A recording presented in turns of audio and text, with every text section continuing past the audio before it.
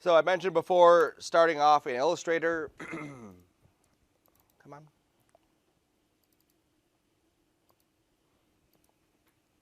It's thinking.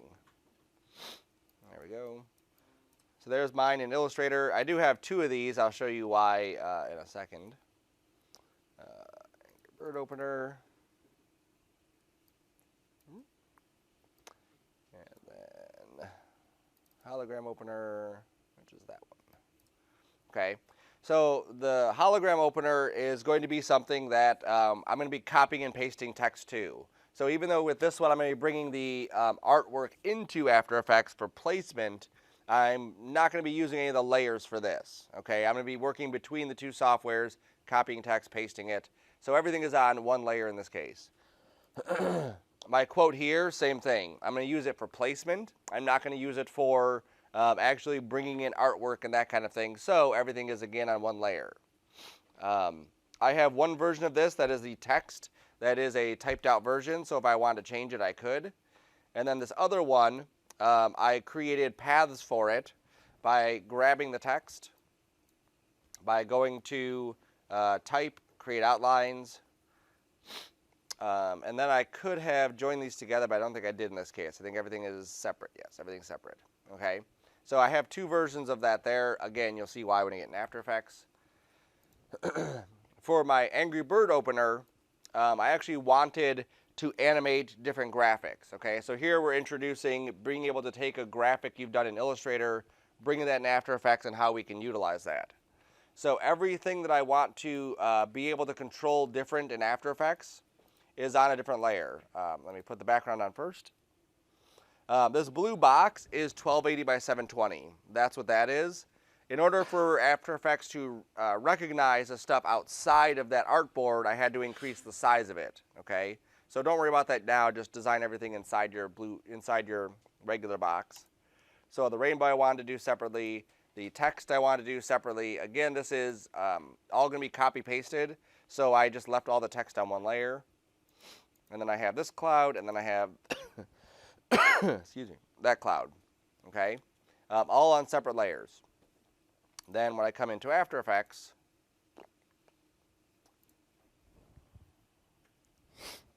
we'll start off with the quote. Okay, now typically the stuff we've been working on so far has been just like animating the entire thing. I move it off screen, I move it on screen, I scale something down, I scale something up, I rotate it into frame. With this, we're going to be able to animate individual letters at a time, doing those same properties, but we can create stuff like that, which is a lot more interesting than just me sliding the text into frame, okay?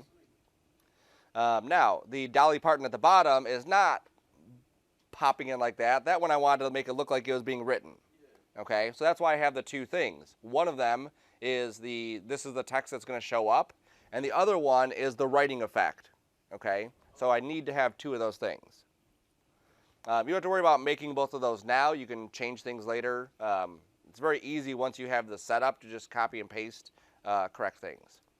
Now, some things to note on this is that this isn't a boring type of animation where I've chosen like the worst colors in the world, like that. And then, where's my dolly parton text? Let's turn that off for now, and then we'll make everything, just like that. I'll take this, I'll make that whatever. That's horrible, I can't even see that. Nope, still bad. Let's try to find something else. That, and turn this off. There we go. Okay, so that's a pretty horrible, disgusting thing to look at. The other one was obviously much more pleasant to view. So as you're designing your stuff, you want to keep in mind the design of it, because if your design is crap, you can do all the animation you want and it'll still look like crap, okay? So Wednesday we'll get into how I actually created this, okay, and how I created that one. Here's my hologram opener.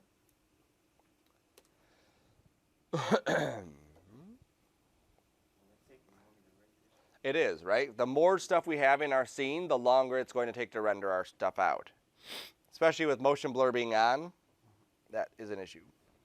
Obviously check your spelling as well. If I had spelled something wrong in here, it might take me a few steps to go back and fix it.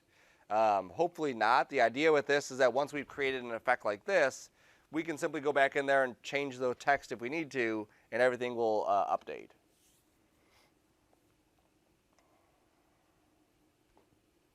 So that was just opacity? This one was the same thing as the previous one, except now I'm using opacity, and then I have this little flickering cursor that's also moving, and then now it's going to go away. Goes away. There we go. All right, now let's watch it in real time. Now we have to also start thinking about telling a story, okay? In the first assignment, we had 6 seconds at the most. We gave our text, it came in, came out, and then we were done. With this, it's fine to have more time. So this animation is 10 seconds long. I probably could have stretched it to like 14 seconds because I want it to feel like an interface. I want it to feel like it is actually initializing a load sequence here, and now it's building the hologram UI. Okay? I want those things to feel like that's actually what's going on. So I'm allowing that space. Okay? Now, this is my base design of this. I went in and did some other stuff. So one thing I did is I added this grid. So before, you can see there's no grid. It's just solid text. But I added this grid on top of it. And then I split it up. So if I were to get closer to this, you can actually see there's kind of like a color aberration happening where the colors are actually split. And then on my final hologram, now we have it glowing with all the other stuff on top of it. Okay, and again, it's going to take forever because it's just, there's so much happening in this last sequence. I'll actually take this down to half just so it goes a little bit quicker.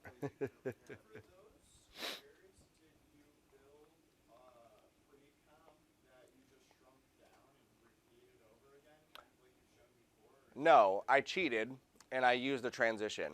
So there's a transition called card wipe, which I'll show. It basically does this, and because one of the options is random, I can get it to do that kind of thing. Okay, that's cool.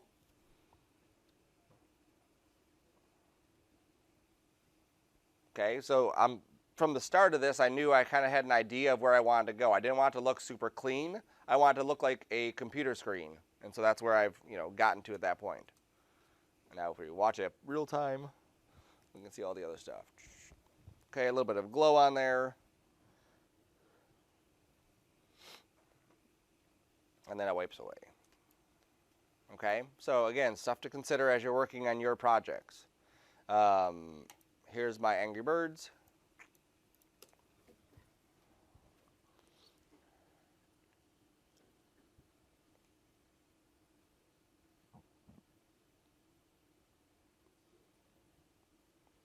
There we go. And again, telling that story of how a game typically would start up, especially if I'm trying to go with 8-bit Nintendo. This is kind of like how slow everything would kind of work anyway. I could have gone a step further and made this very 8-bit looking, but I didn't want to go that far with this. Okay, I wanted to keep it very vivid and very bright, so I didn't go into all of that. I may change the clouds and how they show up, and I definitely have to fix this rainbow. It just kind of like wobbles a little bit right there. My pivot's just in the wrong spot. Yeah, it's just in the wrong, it just needs to be niched over a little bit. Okay, now this one doesn't go off screen. My Dolly Parton quote doesn't go off screen. These ones will eventually add transitions to go from one piece to the next piece to the next piece. Okay, sir. I was gonna say, can I make it to like where it goes off screen, like you actually push the start button, and then like screen goes blank? Yeah, you can do that. Oh. Yep. So if you want to do that too, if you want to have like animate a mouse coming over and clicking on it, or it just lighting up, you could also do like player 1, player 2, that kind of thing, or continue game, whatever you want. I did put a name in here, obviously, Sarcona Game Systems, and I also found a font that was very similar looking to something you would find in a Nintendo game. Okay. All right, so that's where we're going to be taking these assignments. There's a lot of similarities in here, but we're going to start building on all the same stuff that we've done before. Apart from just animating individual letters of text, we'll also be starting with expressions and what we can do with those. So if you were to animate this press start, if you notice from from the way it comes on, it's blank and then it fades in. So what do you think we're using here for the animation? Opacity, right? But look at how many times it's fading in and fading out. That would be a horrible thing to have to calculate or to have to put in keyframes every time it fades in and fades out. So I can actually use an expression here where I only set a few keyframes, and then After Effects will loop the keyframes for me. So if I needed to, you can see how fast or slow this is kind of going. If I were to grab this keyframe and just scoot it back like that, now it's going to like flicker. So it'll go up and then it'll go. There it goes. Okay. Very simple. We can create some expressions like that. And again, these skills we'll take into the next assignments and the next assignments and the next assignments. You gotta wait till Wednesday. Stay tuned to find out. You'll never know how to do this until you click this ad. Okay, so before Wednesday, have your Illustrator comps ready to go. That way when you come in, you're focused on the After Effects portion of it, not the design aspects of it. Okay? Questions? Cool.